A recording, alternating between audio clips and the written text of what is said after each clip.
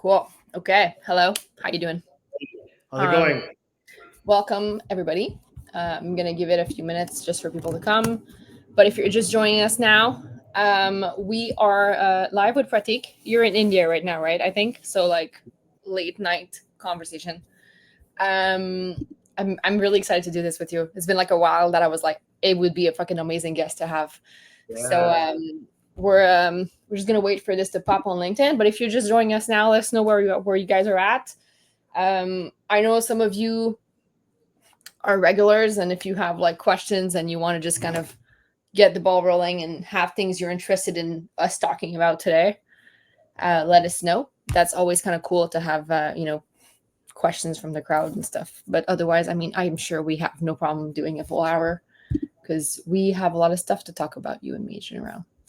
Okay, so do you I mean, I had like a couple of ideas. Oh, there's a few people already. There's Stefan. Something Stefan, amazing. hey.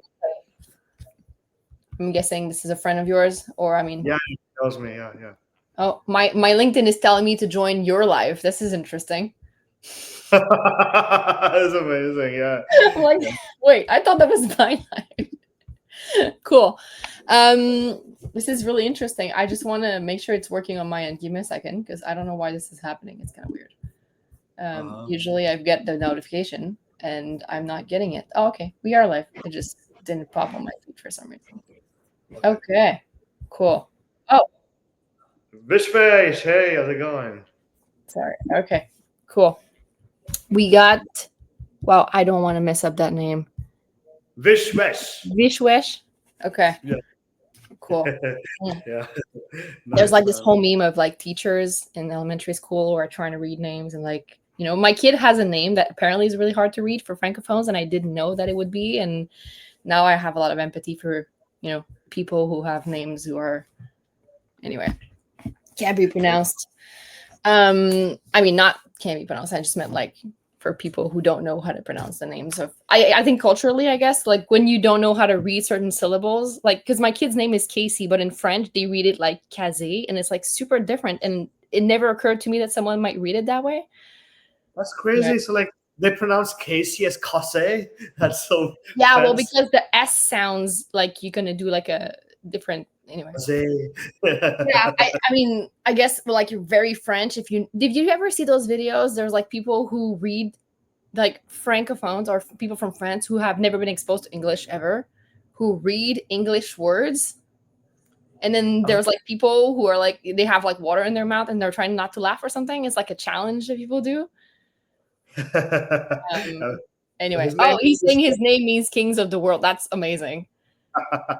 That's Yeah. really cool. We should dive down to that kind of stuff. I'm curious sometimes to see what names mean. Hey, by the way, Vishwash, he is like a guy who works on a portfolio approach with multiple businesses in the town of Pune.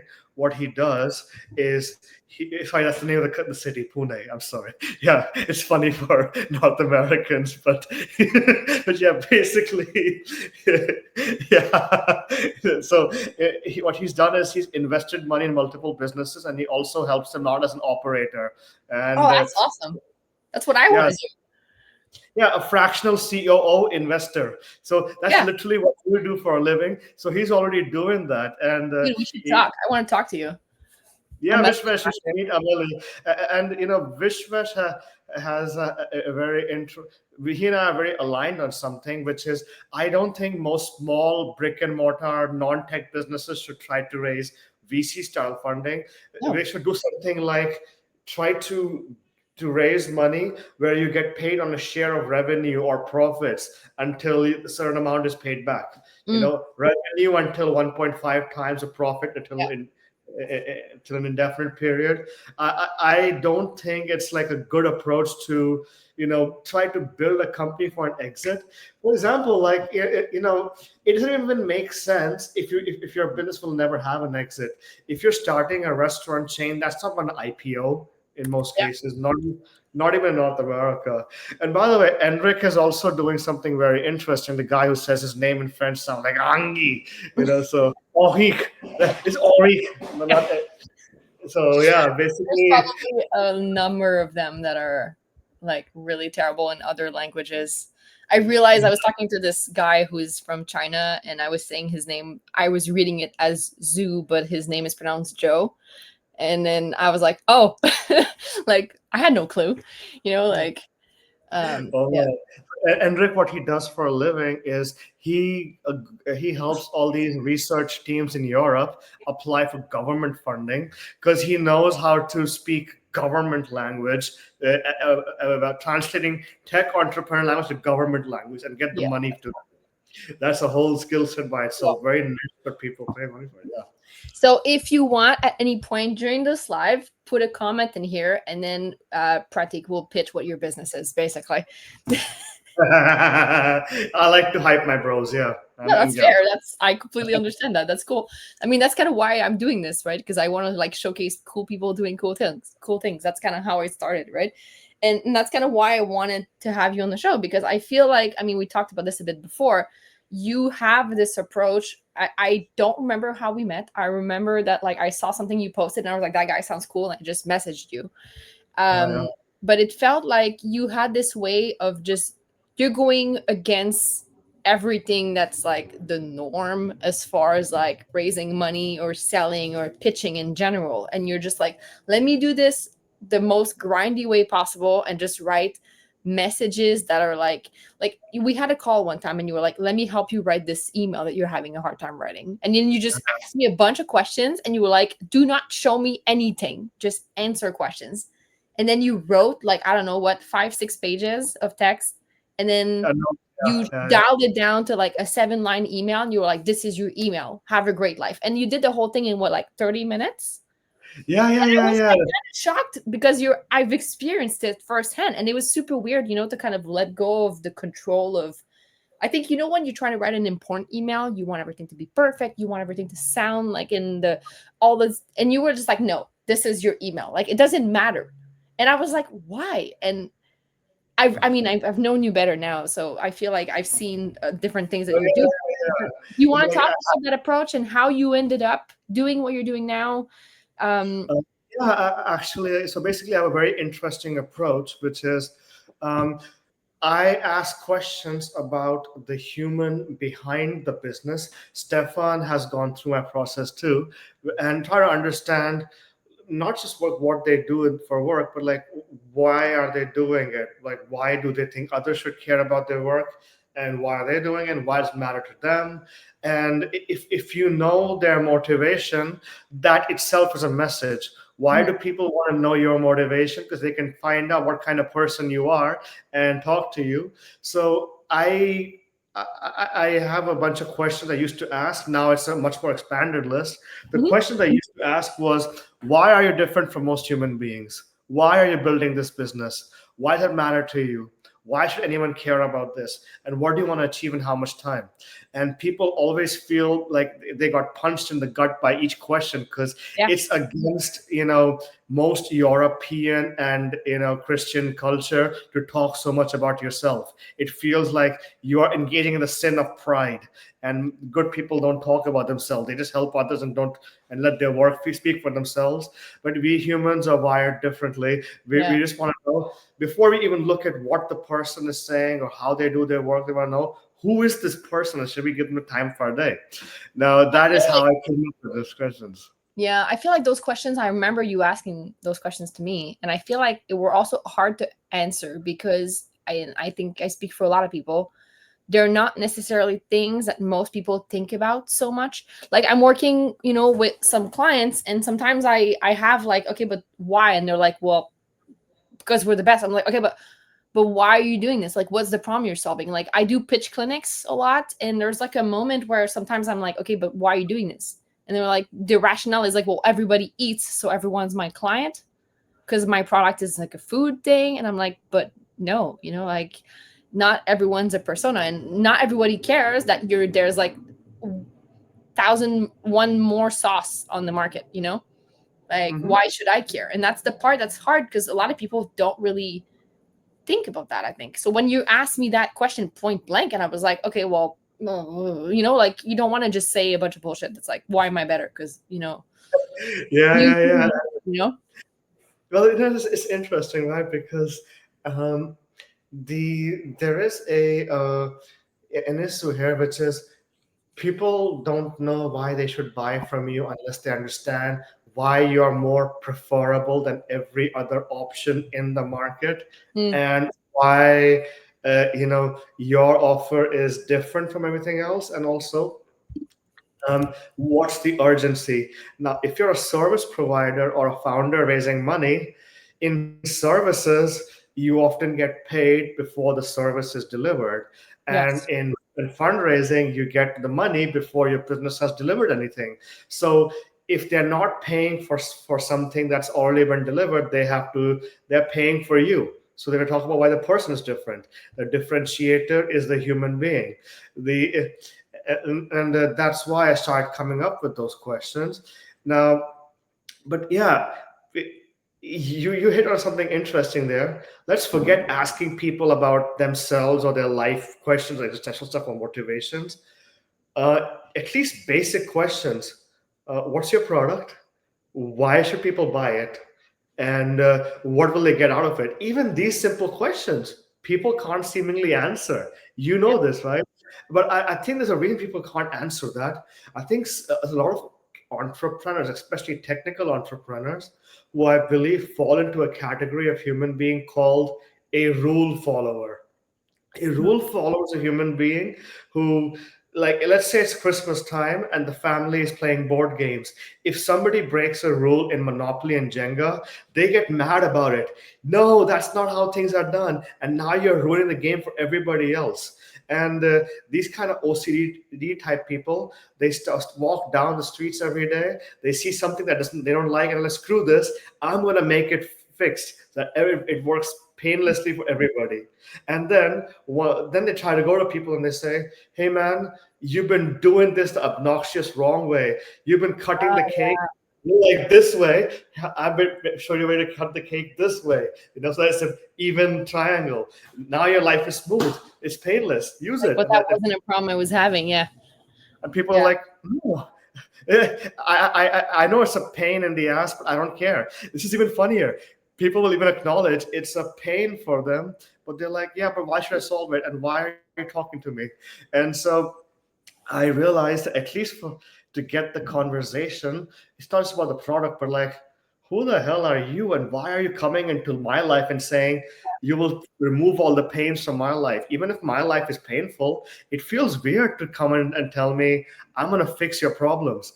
So Yeah. at least like there's two ways you earn the right to fix people's problems without them knowing, without you know them I feel having like that's asked. what most businesses are about, though, right? Like, if I hire an electrician, he's coming to fix my problems. I mean, if people hire me, they're hiring me to fix their problems, right? Like, that's kind of the whole shtick, no?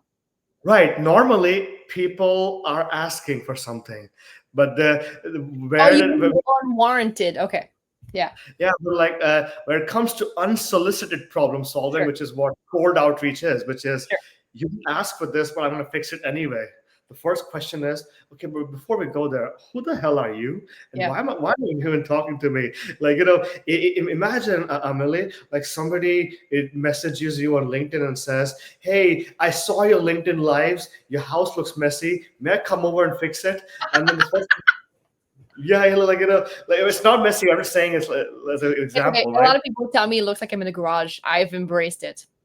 Like at least even if I'm facing a problem, I don't want people telling me. At least, very least, I want to know why they are approaching me and why they're telling me this. If I Yeah. don't know their motivations, I'll trust them. At Yeah. least just tell me, yeah, I'm an OCD rule follower. I just like things in their place. Then I'll trust you. And I realize, okay, you're not here to exploit me or take me for a ride. You're not here to be some kind Yeah. of a fake guru.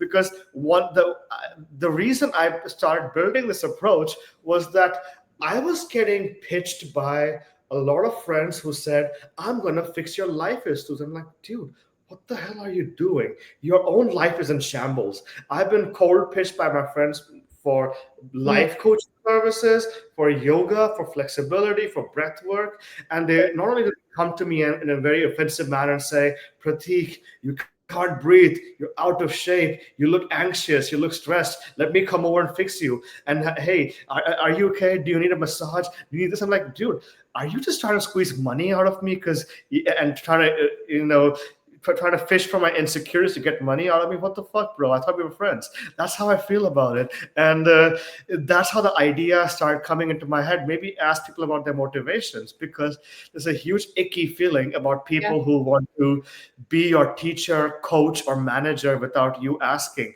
It's a mansplaining energy. That's what it is, right? What And made you want to go into fundraising? Because it feels like of all of those things you could be doing, it's like one of the sweatiest and one where there's probably, I guess, the highest level of mistrust and people promising a bunch of things they can't deliver on. So I'm guessing, like clients, I'm not that the clients are difficult, but I'm sure there are some that are difficult, but there's also a lot of people who've had bad experiences. So like, what made you want to go like, I'm going to help you fundraise money? And of all of the things you could have chose, why did you choose that? That's because I didn't choose it. It was chosen for me. I was literally a dev agency salesperson who was doing cold outbound for the dev agency. And the dev agency clients were running out of money. And they just said, why don't we just hire this guy to do the investor outreach for us? And I'm like, dude, at that time, I had already gotten sick of fundraising twice. I had already gotten sick of fundraising when I lived in Barcelona and was doing pitch decks and was all for VC races and was Hmm. doing in a grant application for government funding. And then I Yeah. got sick of fundraising again as a CFO for startup when I was doing grant applications again, pitch decks again, and investor outreach. So I thought I will never come back to this world again. And then after the dev agency world, they just came back, and I'm like, screw this. If it's gonna be a part of my life and they're throwing money at me for this, I'll do it. But to be very honest, fundraising is not a passion of mine because it is disgusting. It's humiliating. Yeah. Imagine you are in line, and in that line are 1,000 people, and at the end of the line is a bouncer, and the bouncer is a fund manager, and the bouncer is like, he's looking at your clothes and judging you, whereas that bouncer himself is dressed in the worst clothing possible, and he's out of shape, and he's looking poorly slept, and he's like, no, you're not cool enough, you're not cool enough, you're not cool enough. And everybody is walking away, getting rejected by the bouncer. And this is a humiliating experience. If people want to get inside that club, how about not going inside the club at all? And I agree. I've done it, and I tell most of the companies I work with that, if there's a world you could do without fundraising, don't. Like, there's no fun in fundraising. Like, it's I the know. most unpleasant thing you could ever do as a startup founder, I think. Yeah, but And- some people, their mindset is go big or go home. They yeah, don't but want to. people have this. Okay, so I think there's a bias. Like, there's the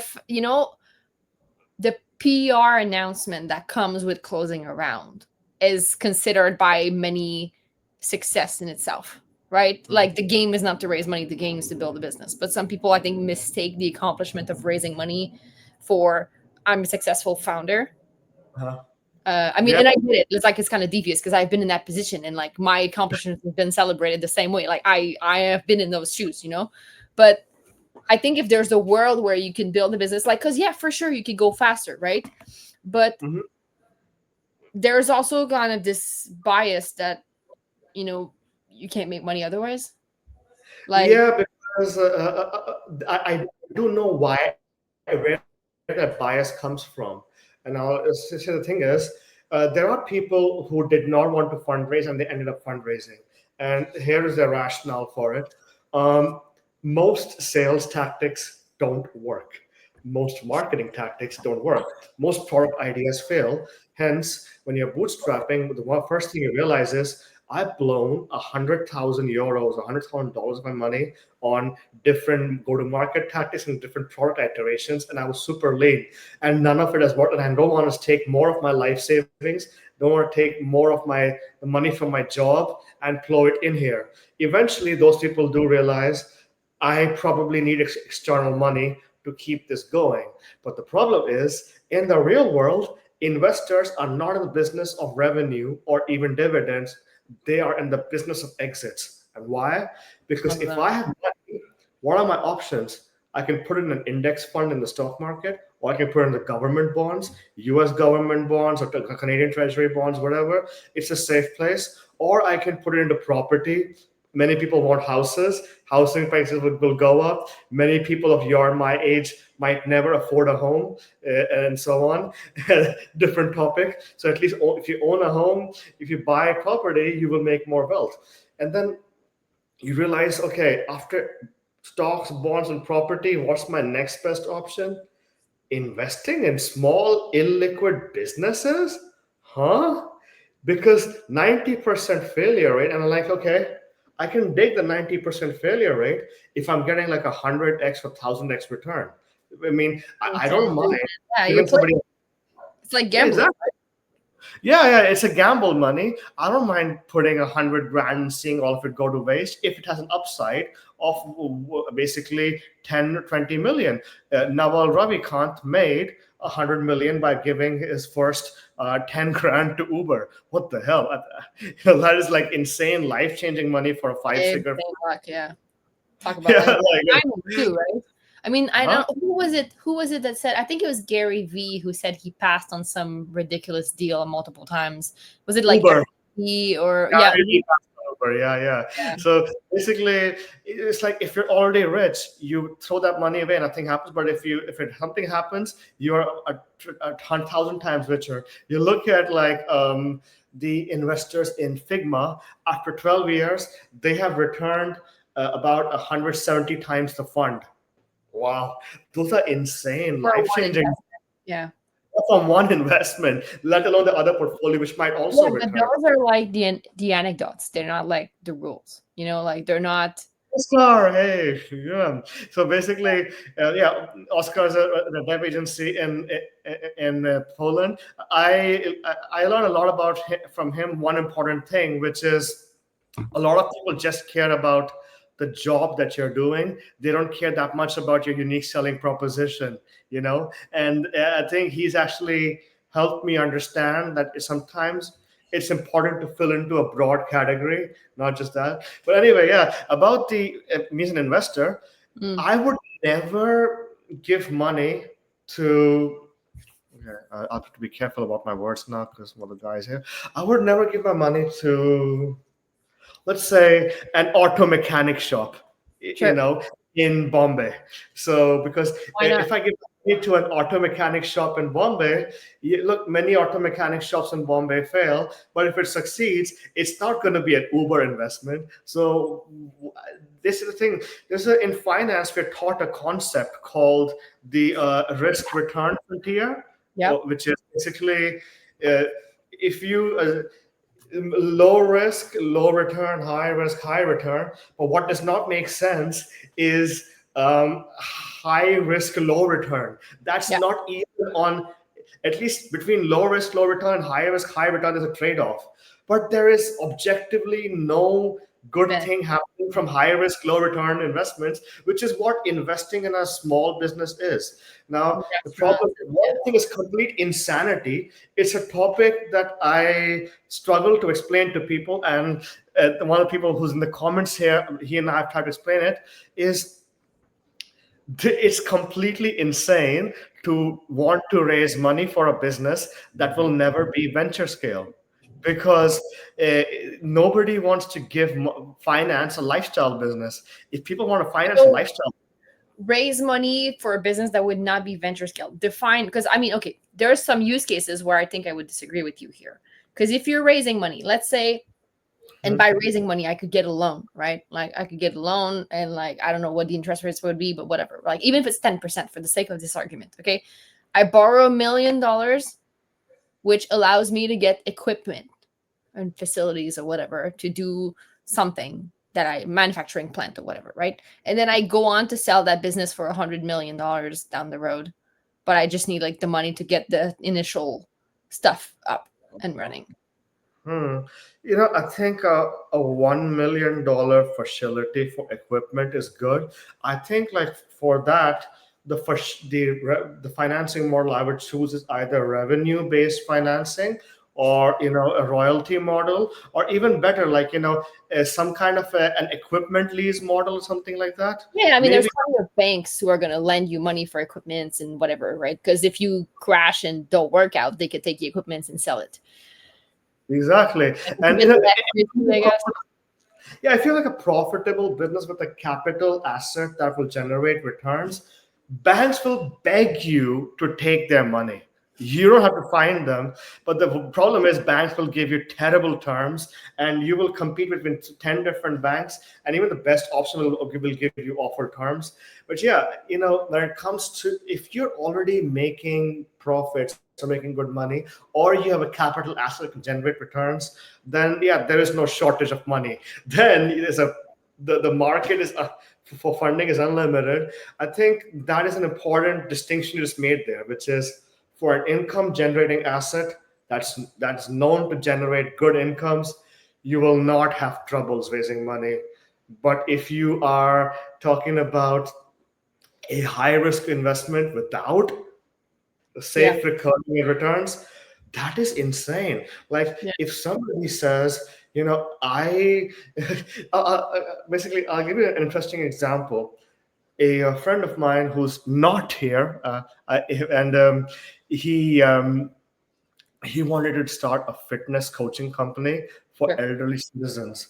Okay. And what he wanted to do was be paid $2,000 a month to have weekly calls with each elderly citizen and tell them, did you do this many steps? Did you get your blood work done? Did you drink enough water? Did you Okay. have Not for very your diet? scalable.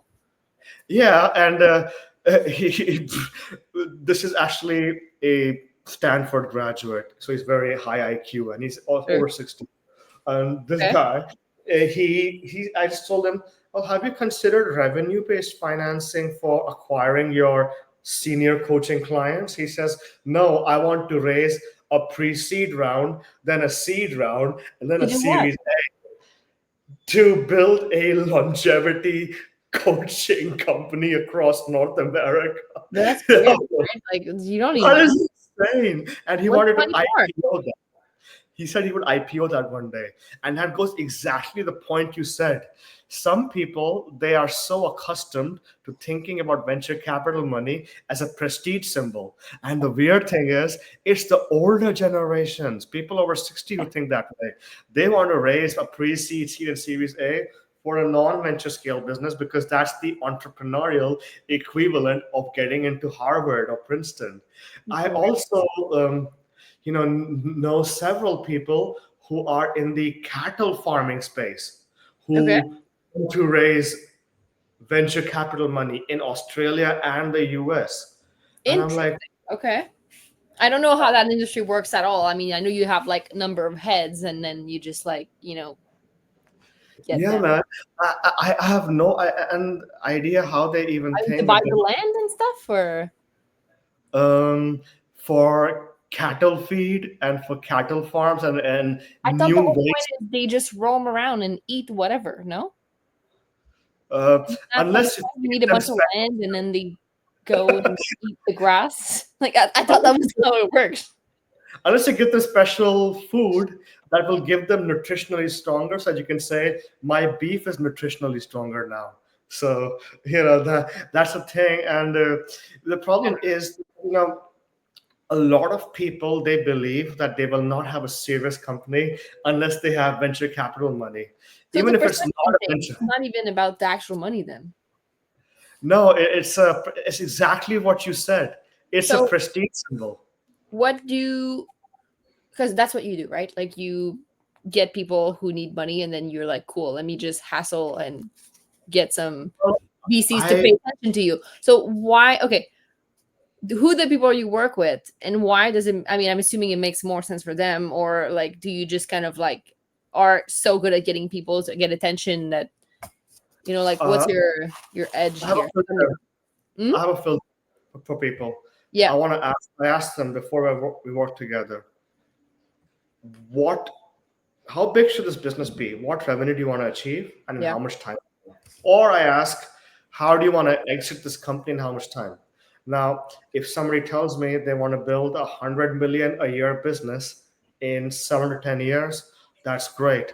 And then IPO maybe. Okay. Or if they want to build a 5 to 10 million a year business and exit for 50 million in 3 years, that's also great. If Okay. somebody tells me I want to build a $5 million business slowly across 10 years, I tell them, I'm sorry, Yeah. it's not going to be a fit because I know exactly what's happening here. Yeah, of They course. free money for their hobby to escape into their inner world. But That's what these you people want. like if I'm an entrepreneur and I'm going to raise a round and I hire you to do outreach, how do Yeah. you make sure that they have everything that they need like on the other end, right? Because you could book like 15 meetings with the best VCs and they would thank all of them and then they feel like they've had no value, but the problem was they weren't ready, their cap table was a mess, or like there's like a bunch of stuff as far as like the due deal is concerned. So like is there like some kind of level of risk for you to say like Mm, what's the rest of the business looking like how much incentive do you have to want to look at those things, or do you not care? I Or think something. So I normally work with pre-product or pre-revenue companies okay. because the ones who have significant substance in their business, they don't need my help. What they Yeah. just need to collect the evidence that they have a good product, people are happy with it, people are paying Yeah. money for it, put it in a data room and push that data-driven narrative. People don't come to me for help on that. People come to me for help when there is only promise, no proof, and that's way earlier because the ones who have proof don't need me, Yeah. and if that proof is not good enough, then nothing is good enough. But the ones who have promised, then they will need me. Pretty much most of my successful raises were for companies which were either pre-revenue or nearly insignificant revenue, only small Mhm. pilot paying users. Sure. That's what I've achieved so far.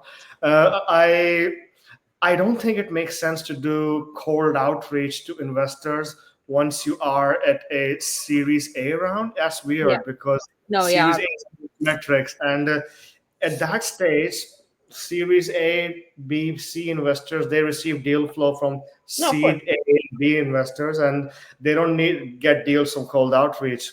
Um, No, but Basically, I meant let's say the entrepreneur you're working with huh? is doesn't have a great pitch, or the like their business model is like like do you do some kind of due deal as far as like do they have an ability to close that round on their own, like, or like do you just say I'm going to do the outreach and then whatever happens, right? Because let's say I pay you, I don't know, 10 grand, and then I tank all the meetings. Is there a concern that I feel like I don't have value? Did I lose you for a second? Are you good? Yeah, I just lost internet for 1 second, but yeah, basically, it's a good question. So at pre-seed, people can have a bad pitch, they can have poor speech and delivery, their materials can look very shabby, but as long as the local business angel investors like you, they have a coffee chat with you, Yeah. it's okay. The only preparedness at that stage required is, do you have a registered entity and do you have a securities agreement? And beyond that, we don't need more prerequisites. And because I think investor readiness at a pre-seed stage might be an exaggeration. Mm, Most people who raise money at that stage never had, example, if you look at like Mark Zuckerberg or Jack Dorsey and all those people and or the DoorDash team, when sure. they pitched in their early days, they didn't look or sound professional at all, and Mm, people still gave them money. They yeah. rambled, they said or even Peter Thiel, who's literally one of the biggest VCs in the world, he rambles when he talks, which is Yeah. great. He probably rambled even more in the early PayPal days, but yeah. Probably. So there's that, and you know, I would say that there's no need for that much investor readiness at pre-seed. I'd say that too much investor readiness is kind of like trying to, how when we were in college and we had the career counseling session Yeah. in the master's program, there's a career counseling session. They would say, if you format your CV this way, then your Yeah. chances of getting a job are destroyed forever. Then you actually apply for jobs and realize nobody cares that much. Yeah. That's how I feel about I the feel like excess. it's still like that though. I've talked to recruiters in the past couple years who were like, "No, your CV needs to be that way," and then you talk to someone else and they're like, "No, it's that way," and you're like, "How can no one agree on what a CV should look like?" And it's still like that today. And I feel like raising money is the same. Like you see those things on LinkedIn where people are like, and we were talking a bit about that before, the super customized things, right? Like how people have this, oh, I have this template for the bank's content, like in playbook, common playbook I'll send to you or whatever bullshit, right? Um, it's a bit the same with how you should approach people or how you should be about going around or what your pitch deck should look like, right? And I feel like what you're saying, it's a bit not like it's all bullshit, but I feel like a big part of it is where it's about the connection. I have an opinion on this, which I haven't made a post about. But I am so glad we have finally arrived at the day when I can express this in public. Hi, Shivangi. So anyway, uh, okay, this I have been waiting for this day for such a long time. I'm happy to Okay, give you a platform. okay, so there is a category of human being Yeah. who wants to get paid or get clout or attention for low stakes advice in high stakes situations. Now, these people, they make their living as CV advisors, career counselors, pitch deck advisors, pitch deck designers, or cold email audit experts or content strategists. They say, if you miss the comma on this paragraph and if you fail to include this bullet point, your chances of getting a job, raising money, or getting inbound, your entire brand is zero. You are blacklisted. You are nobody. Now, why do people love giving low stakes advice for high stakes situations? If their advice turns out to be proven wrong, they can just double down and say, yeah, but you didn't do a hard enough job. You didn't put enough effort, didn't tweak it enough.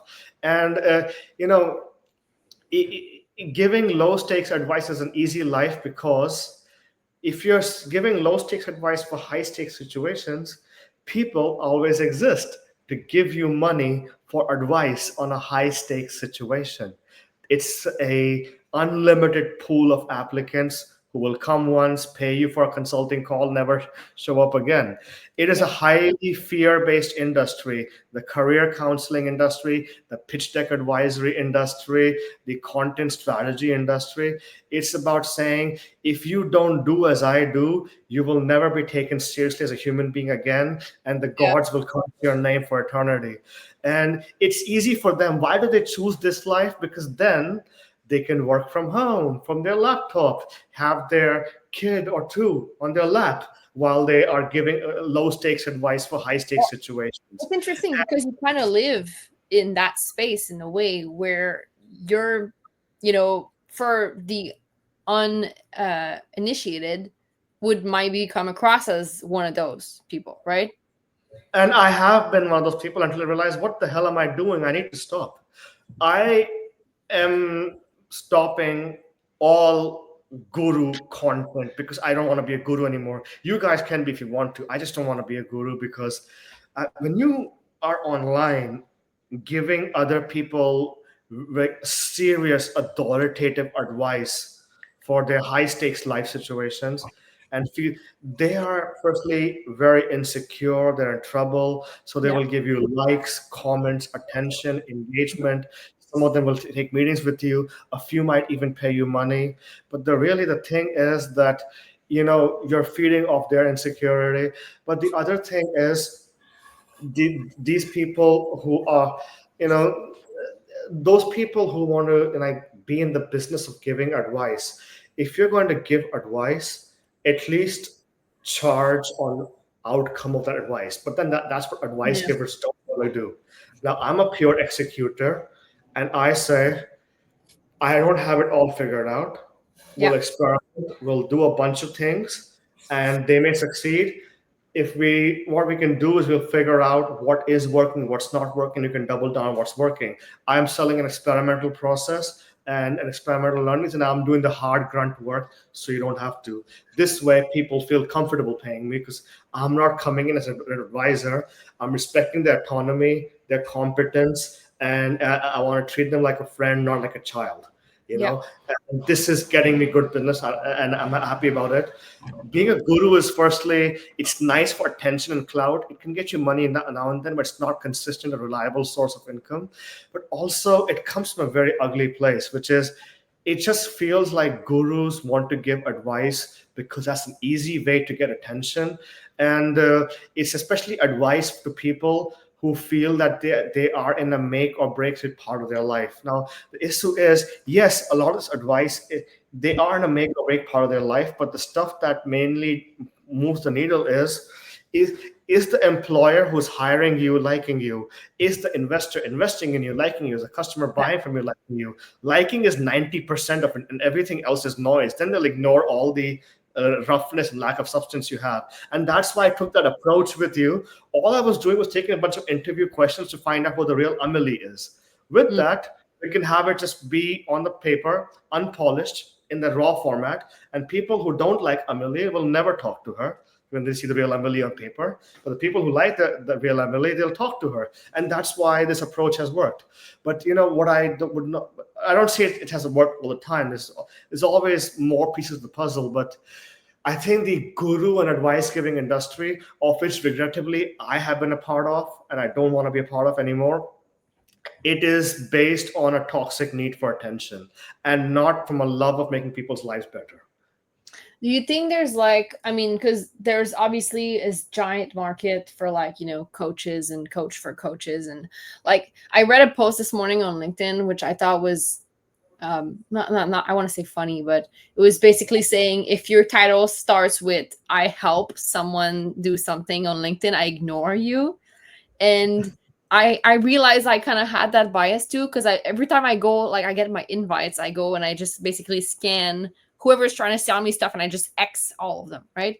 And I have an insane amount, like the $30,000 rule. Like there, I don't know, there's like this number. Someone decided 30 grand a month was the number, and so all the coaches are trying to help you get the 30 grand a month.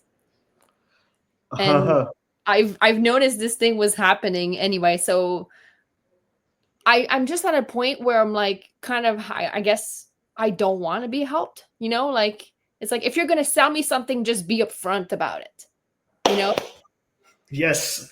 Like basically, this is my current approach from the last three clients I closed. It's just a purely neutral bullet point page of what I do for a living. I do exactly what the work process is and nothing more. And even my latest content strategy is this is my work. Take it or leave it. And guess Yeah. what? People that had better conversion than Oh any yeah. content I wrote. Oh yeah. My recent Dude, like I love reading your shit. Like you were saying a couple weeks ago, you had a coffee with this guy who was gonna optimize all my stuff, and then I explained what he was doing, and he was like, like yeah. I do real life shit just for fun. I think posting shit for fun is good to entertain myself and for others, but I am not going to post guru content anymore because there No. was a time in my life when I felt like I have to show that I'm an expert. I did my research, I did the work, I know my shit, and hence people should see me as the person who knows the shit. Until Yeah. then because felt firstly, I don't know everything. And Yeah. secondly, I make mistakes. And third, any suggestion or direction I take can go wrong. And I'm upfront with the people about that even before they work with me. And I even tell them that there is a failure rate in what I do. So don't expect a guaranteed result. Do you get paid And first? Like, do you no, charge before you start working, or you get paid after? I get paid first because I tell people cold outreach has a very, very high failure rate. Yeah. Most cold outreach messages and target lists you try will not work. And sometimes, even if you tweak perfectly research the list and have the perfect message, Yeah. people might not respond because they don't like your business or you, because it's not considered sexy in the market. And Yeah. even if you are the most amazing human being, sometimes you might be living in a city or a geography where people don't get people like you. Maybe Americans do, but you're not in America. That's also a Yeah. very common thing that happens. I know. So I tell people the failure rate is very high. I'm not getting paid for guaranteed results. If I could guarantee results, I would not ask payment. I would get the work done and then get paid. I Yeah. tell people I'm just getting paid to figure out what works and does not work with you. The crux of my work is a weekly catch up call where we just look at the hard numbers and see what has worked and what has not worked. Mm. So, for example, I'll tell you the brutal truth about what happened today. I had a Netherlands investor outreach for an ed tech company. And in the first week, it got amazing results. Like I sent out 40 messages and got 5 meetings in Amsterdam for this guy. But then we ran out of Dutch people to meet. So because Netherlands is a small country, then we started trying France and then the UK. And last week we crashed to 0 meetings because the Different British country, people, different culture. yeah, they were just not interested in Dutch company. And America, and the founder and I just said, let's pause this. He told me he wants to pause this and come back later. I said, yeah, let's do that. Because we realized what worked in Netherlands is not working for the rest of Europe and UK. And he wants to think about how to tackle America instead. Yeah. And this is reality. Things that were working before suddenly stop working. So I tell, now, why do I charge upfront? It's mainly because because I'm honest, most of it does not work. If Yeah. I try to do this on a level where I took on 100 clients just to see, a couple of them succeed, yeah, man, I would be, eventually money will be coming in, but I'll be working my ass off. I will be overstimulated. I will not be drinking Yeah. coffee all night. I will not be sleeping, and I will be spending entire months without pay before money comes in. But when I'm honest to people, you are giving me money for something with a very high failure rate. I don't know everything. You don't know everything. We are running an experiment and documenting learnings. People appreciate my honesty and they give me the money and say, let's get to work because I know what I'm getting into. And that's good because a lot of entrepreneurs who've made money before and have battle scars from entrepreneurship, they realize the more risks they take and the more experiments they take, the more returns they'll eventually make. And hence that happens. I've also blown my money on insane experiments which did not ROI at the time. For you, like trying to test things for clients, or you mean? Amelie, remember the questions I asked you? I got them by paying $10,000 to an American PhD in social sciences. And because the first thing is, I brought an American PhD in social sciences last year to interview some of my clients. And I would sit in the interviews and I realized, oh, academics have a style of speaking to entrepreneurs that absolutely pisses them off. They don't like it. They hate it. They feel they're being like affiliated. So I just told the guy, can you just tell me questions I can ask myself? He gave me those questions, and then the next month, when I tried those questions on a particular, we've had some interesting conversations. Wait, Prateek Sanjay, some who's, names don't show up on the platform here. I have to go on LinkedIn to check the let me comments. just check on LinkedIn. Yeah. Who's the person who just came over? I'm very Adam curious. K. Adam who? It says Adam K from Luva Jobs. Oh yeah, Adam Kilshaw, great guy, yeah. He's very interesting. Yeah, Yeah. man. So, yeah, basically, when I had spent 10 grand for a social scientist to help me with several customers, and it didn't go well because academia and entrepreneurship just don't match. They just speak That's a very different language. interesting. I mean, it's cool to try things from different, like, I feel like that's the thing that I do a lot in my work, where I bring in stuff that I see in industries and other industries, because you find that like for me, when I was in the food industry, right? Like this is the way the food industry works and this is the way things are done. But then I want to talk to someone in real estate and I was like, oh wait, maybe I could, the way they fix that problem, I could do that for me. And then, there's like, and that's kind of why I've tried so hard to not limit myself to one single industry right now. And it's making my sales process like a mess, right? Because I do everything for everybody and it's kind of hard to say, this is my process and take it or leave it, right?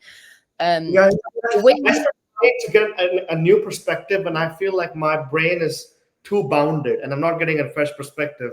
But the moment I get a fresh perspective and try it, the initial result is absolute failure. It stings. It feels horrible. But then the questions that he gave me months later, they were producing extraordinary results for clients. That's awesome. So it did. Would you say it was worth it in the end? Now the money has been paid back several times over, but in that year I was almost hating that guy. Like, come on, man, your questions and pissing people off. And even when I asked my more polite version of his questions, they still piss people off, But yeah, so basically, but I've also learned I cannot make more money without taking more risks. And even entrepreneurs understand they cannot make more money without taking more risks. If something is tried and true, everybody will try it and will stop working. If something is never tried before, either it does not work at all or it works amazing. And that's why people pay me, because most sales and marketing does not work. I don't do things that ChatGPT will tell you. I do things that ChatGPT, Perplexity, Claude, and Grok could never have imagined in all their training data, because whatever's in their training data is already tried out. We go beyond that. That's interesting. I'm seeing the time go by and I want to keep some time for like questions. I mean, I'm sure some people would have not limited themselves, but if you do have questions and you're still here, or if you've joined us not too long ago, I see Magali came and said hi. She asks hard questions too. So she would be a good person to have a conversation with, I think. But yeah, if you have questions for Sanjay, if there, for Prateek, if there's some stuff that we've talked about or we haven't talked about and you would really like to hear his take on, if you don't follow him on LinkedIn already, I think you should. I'm super biased, but I mean, you're one of the few people that is like, your content is you. Like there is no doubt in anybody's mind that no AI wrote it, right? And I like that you're kind of telling stories and you're like, here's a breakdown of what I did and what it worked and what didn't work. And it's kind of, I really appreciate, because there's like every time I read something I learn. And that's kind of nice. The funniest part is that sometimes the most educational content that I put out, that I was not even trying to educate anybody, I was just venting about real life, and people that was very informative, right? And the thing is that actually a lot of times I will post something and I'm like, God, I should not have said that. I should not have said that. That was a terrible idea. You could remove it, no? Or edit it. Sometimes I'm like in a very angsty mood. I type something at night, fall asleep, and I wake up and it goes viral, and I'm seeing supportive comments and I'm seeing not so supportive comments. And I'm like, okay, I've done this. But basically, I have realized that people see through everything, and basically, here's something interesting that Adam Kilshaw is asking about. We have ChatGPT and many others, but the creative and imagination still derives from the human input. Now, here is my understanding of it. I'm not a scientist, so I don't know. Large language models are like a parrot. It's like 1,000 parrots who imitate millions of people, and or millions of parrots imitating thousands of people. I don't know. So as a very good parrot, it just parrots what it already knows by definition. Now, the thing is, where does human creativity and imagination come from? That's something I'm still trying to make sense of, because are humans also just imitation creatures who just imitate from a much wider variety of sources and synthesize? Is all creativity just a synthesis of what we already know, or is true novel creativity possible? I think on some understanding of human intelligence, it is possible to have true creativity, because, man, it's really philosophical. You can actually... I know, I was going to say that. I wanted to let you go on your... But because we can have true creativity because We can create our mental worlds where objects have a certain relationship with each other. Yeah, dreams and things work a certain way. Now, why do I use my fantasy and dreams in order to and apply them to my work? This is actually a real thing I do. So for example, I have a fantastical non-scientific idea that people are born differently. Some people were born to be athletes, some people were born to be nerds, and some people were born to be rule followers, and so on. And in Okay. this fantasy world that I have in my head, I believe that people are born in a predetermined way to follow a certain role in life, and based on this predetermined role, they fulfill a certain function in our ant colony or bee colony of mankind, and hence they absorb information differently, and they respect different kinds of people. Hence, good cold outreach is about understanding which kind of ant colony or bee colony worker you are, I love that and you circled back and made it. which kind of ant colony or bee colony worker your audience is, and Yeah. speaking only either speaking their language or only focusing on fellow colony workers who are the same role or mindset. That's Now, very my scientist friends tell me that is not true. That's a very deterministic Calvinist attitude towards people, that people are born a certain way from birth and that never changes. That's wrong. Yeah. And so, as you mentioned, people are broken into three categories. very Yeah, meta conversation. I feel like we would have like another hour to go through yeah, this. because, but so the thing is, this is a thought pattern I had entirely from my creativity. Now, it's not based on real life, but what's interesting about the thought pattern is this fantasy has been useful in getting results in reality, even though it's not based on science. Sure. But that is what human beings do. We can't observe the real world. So we make up a fantasy and use a fantasy as a tool to understand reality. And that's where creativity in sales and marketing experimentation comes from an esoteric, mysterious fantasy world in our heads. I mean, I find like if we're gonna go back to the chat GPT and creativity conversation, like for me, I find that it's a lot easier to start from something than it is to start from nothing. Mhm. So I would generally use ChatGPT to generate a list of ideas that I all hate, but then at least I have something that I can start working from towards something that I eventually will like. If that makes sense, right? Like it's Yeah. kind of like I use it as my starting point of this is all garbage, and then it's easier for me to get going. Yeah. I've always been like that. I always need something to kind of start from, like the white page thing for me. Like not when I write, but when I'm like trying to think of okay, new LinkedIn Lives idea or whatever, like conferences or anything really. I use ChatGPT for that kind of creative experimentation too. I ask it, which is give me a whole bunch of crazy ideas. And then Mhm. I ask it, or tell me which why they will not work and which ones won't work. And then whatever's left over is a new starting point. Interesting. Oh yeah, yeah, yeah. You have to frame the results as propositions, Do and you you have to already have ask. like a prompt that you use all the time for this, or you just make up a new one every Yes, I time? have it. Of course you do. Would It's you share it?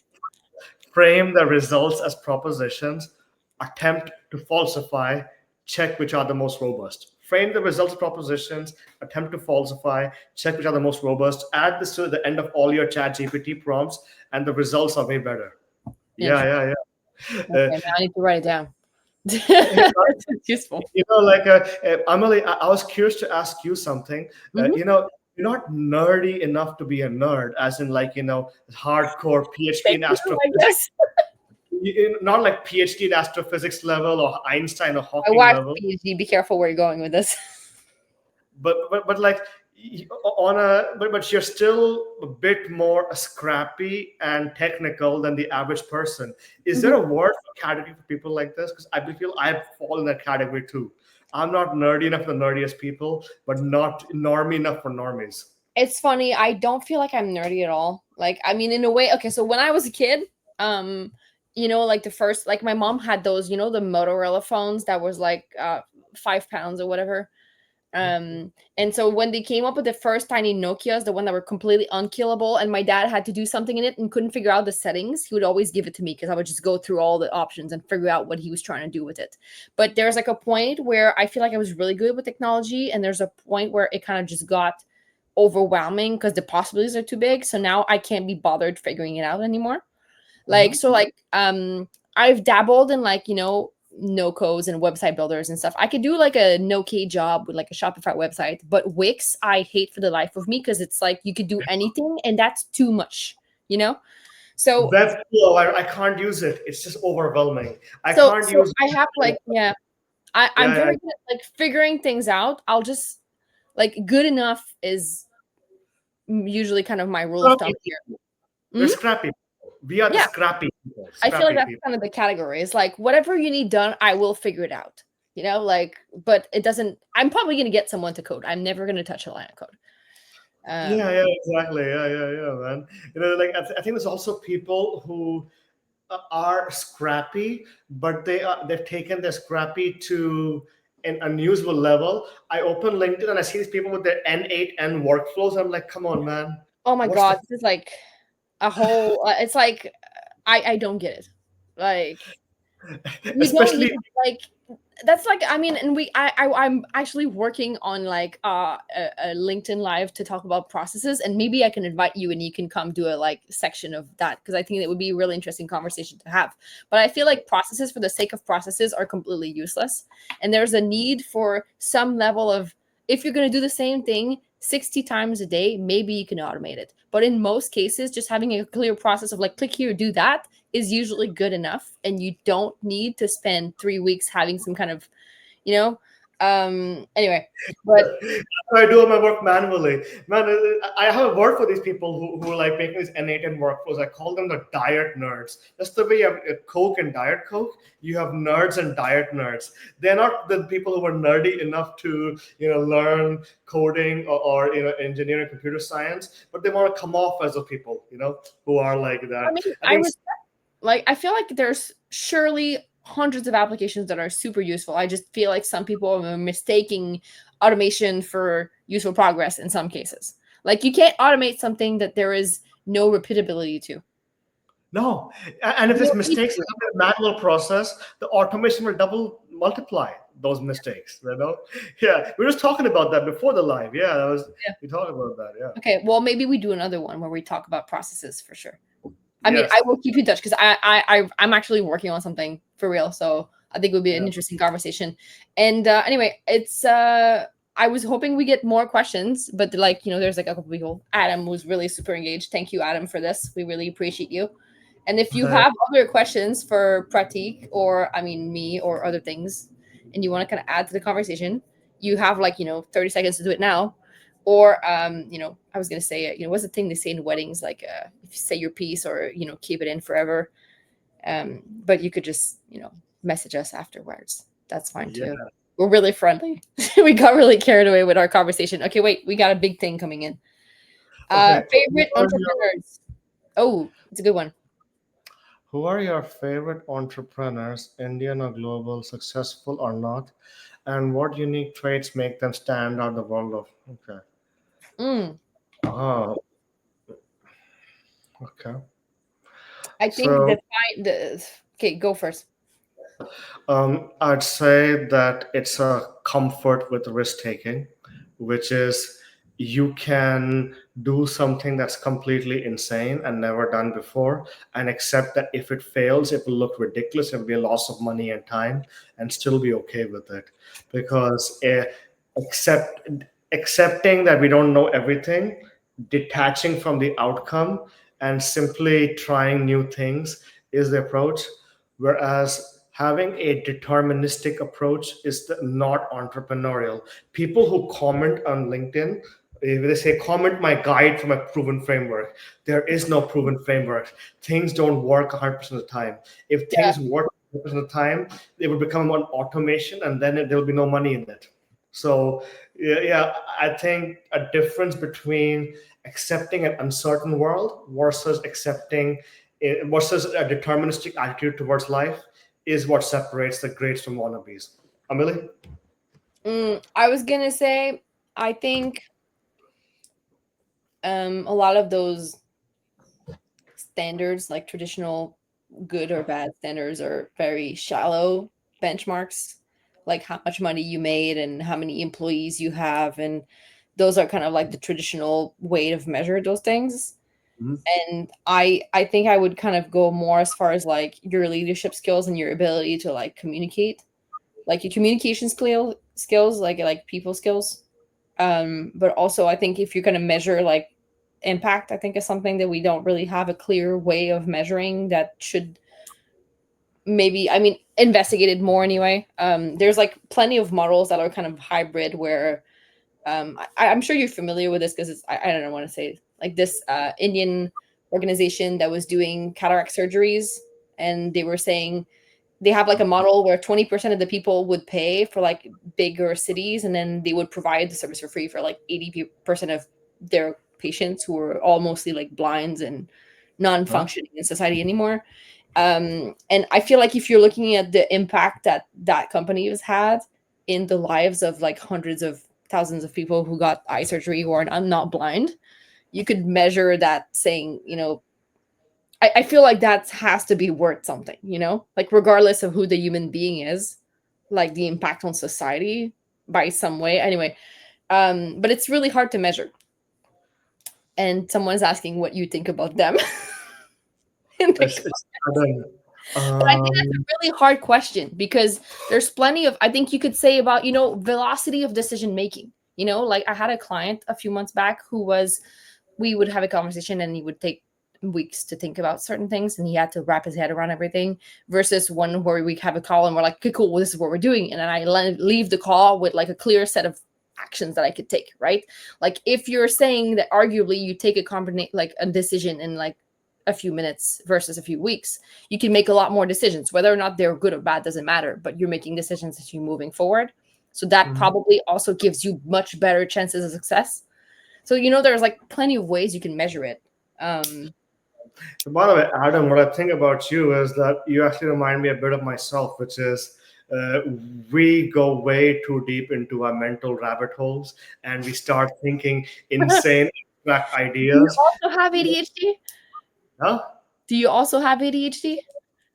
Adam, I don't know, but like basically, maybe I have some illness. I don't know. I haven't been diagnosed yet. I probably have all of them. I don't know. I got But, diagnosed really late in life. I got diagnosed like 5 years ago. My mom was but like, "No, there's no way you have it." I was like, "Well, yeah, I do." Like I talked to a psychiatrist to confirm I did. But the thing is that those of us who think of like crazy stuff, what happens is when we are not executing, people think we are mental masturbators and we are stuck in a completely delulu land, stuck in our little bubble. But the moment we actually start getting into the real world, some of our insane ideas from our abstract universe, they start working in real life, and people are like, "What the fuck? How is that even happening? That should not have happened." You know, yeah, basically, yeah, Adam is saying he hasn't a clue what he has. But yeah, I think that, you know, people who are thinkers have a unspoken social stigma. Society loves to say it loves thinkers. It loves people like, Elon Musk or so on. But see, in a day-to-day life, people who are seen as thinkers, they are seen as so stuck in their heads that they are talking about, thank you, Shivangi. Yeah, they are talking about, and they're so stuck in their heads that they can't do simple things like get a good job or make lots of money or focus on their family and stuff like that. And people who are still seen as stuck in their heads, they are not seen as competent in daily practical life and unable to survive by themselves, and they're not seen I mean, as there's social. like a level of being stuck in your head. I feel like, someone who thinks about things doesn't necessarily make them paralyzed by anxiety. I think those Yeah, are exactly. It's completely not an different. accurate. But when a thinker becomes a doer because they're forced to, some of the ideas just start working. And you ask those thinkers, why did that work? And they're like, even I don't know. I haven't the slightest clue why that worked. Yeah. Because the brain is crazy, man. Sometimes the brain comes up with wild ideas, but they just Yeah, simply work in real life, and I've never. Some of them are unexplainable. for sure. Anyway, I think that's a good point to wrap it up. But I think it's like a big topic, and we could probably talk about it for hours. But if you do have opinions or questions about it, and or I mean, I'm curious. Like if you've watched all this way, and you have a say about this part, I would be curious to see how people feel, and maybe we could do like a big poll and kind of match all the qualities and figure out what a perfect entrepreneur should be. Yeah, Maybe awesome, we'll man. fix that Yeah, problem. yeah, Cool. Well, anyway, thank you so much for participating in this. We went a bit over, but I mean, who cares? If you're still here, cool. Glad to have you. And yeah, yeah, this was really fun. I mean, love like whoever, I think Adam was his name, Adam, and like whoever else. There's like a lot of people in there. Which one I totally want to talk to, because like now you told me he's doing the thing I want to be doing. I'm like, I need to get a coffee with that guy. So yeah. oh, I'll connect you to Vishwesh. Yeah, I'll do that yeah, soon. for real, I would really love to. And Yeah, man. anyway, thanks for coming. Thank you for everybody who's been here, and I'll see you on the other side. Have a good bye, guys. Yeah. What do we do now?